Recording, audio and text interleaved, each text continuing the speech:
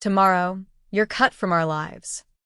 My brother's smug whisper at our mother's funeral sent ice through my veins. Months later, in a locked courtroom, a single document would unravel his lies and leave him trembling. For years, I'd lived in Eric's shadow, the family's golden child whose tech empire eclipsed my existence.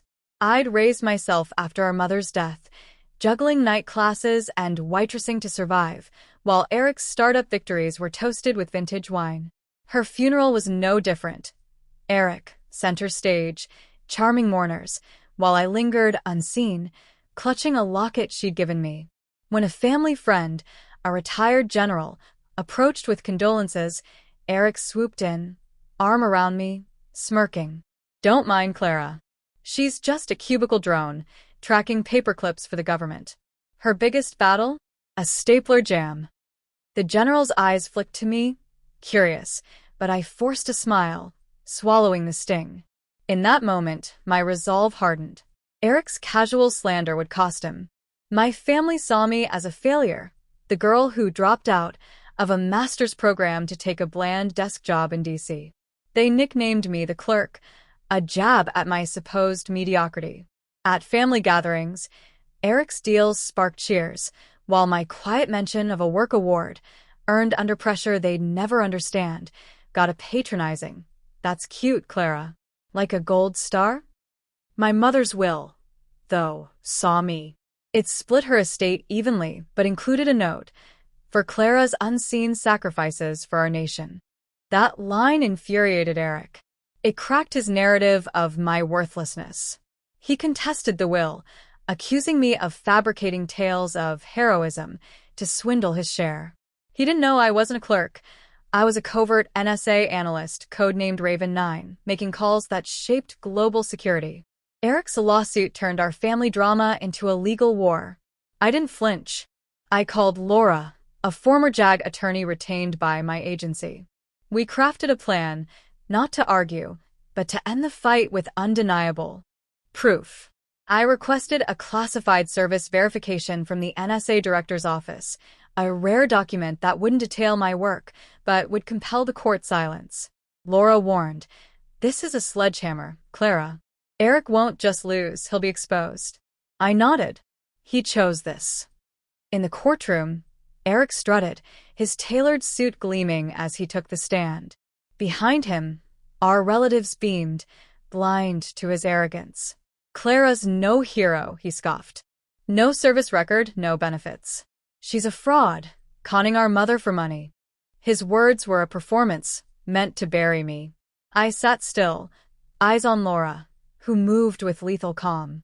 "Your Honor," she said, handing a sealed envelope to the bailiff. "For your review in camera." The judge, weary from routine disputes, sighed, cracking the envelope's black wax seal. His face froze as he read the NSA's letterhead. His eyes widened, then narrowed, color draining. He scanned the room, landing on the court officers. "Seal the courtroom. Now," he barked, voice tight with urgency. The doors slammed shut, bolts locking with a thunderous clunk. Eric's smirk vanished, replaced by raw panic. The judge silenced the court reporter, then turned to Eric, voice like steel. "Mr. Harper, you've falsely accused a protected federal operative under oath. This document confirms Clara's service is a national security matter. Your claims may constitute a federal offense." He paused, letting the weight crush Eric. "A marshal will take your statement. This is no longer a family dispute." Eric's face went gray, his confidence obliterated. Our relatives gasped, their faith in him crumbling. The judge's gaze softened on me. "Ms. Harper, my apologies. We'll finalize the will in chambers."